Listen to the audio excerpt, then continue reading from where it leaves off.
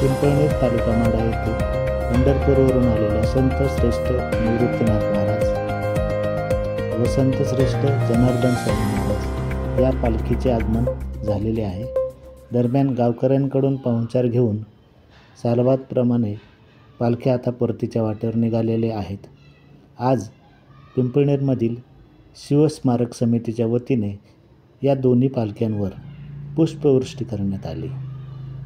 हा नेत्र दीपक सोहळा पाहण्यासाठी पंचक्रोशीतील हजारो नागरिकांनी उपस्थिती लावली होती।